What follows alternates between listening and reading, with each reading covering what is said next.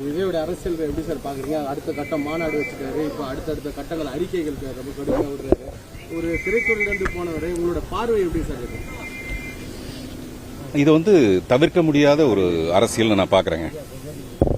இப்போ ரஜினி சார் வரும்போதும் நமக்கு எப்படி இருந்ததுன்னா, ரஜினி சார் என்ன பண்ணிட போறாரு அப்படின்னு ஒன்று இருந்தது. கமல் சார் வரும்போதும் அப்படி இருந்தது.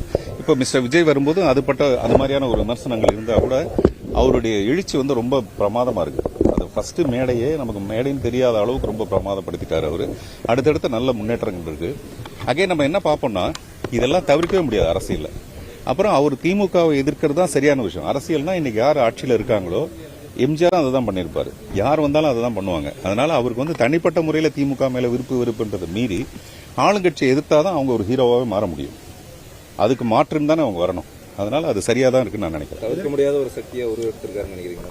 தவிர்க்க முடியாத சக்தியை ஆரம்பிச்சிருக்கு அந்த கழகம். அவரோட எப்படி அது வெற்றி தோல்வி எனக்கு தெரியும். அவரோட பயணிக்கிறதுக்கான வாய்ப்பு இல்லை. ஏன்னா நிறைய திரைத்துறையினர் அவருக்கு ஆதரவு தெரிவிச்சிருக்காங்க. நீங்களும் ஒரு முன்னணி நடிகர், உங்களுக்கு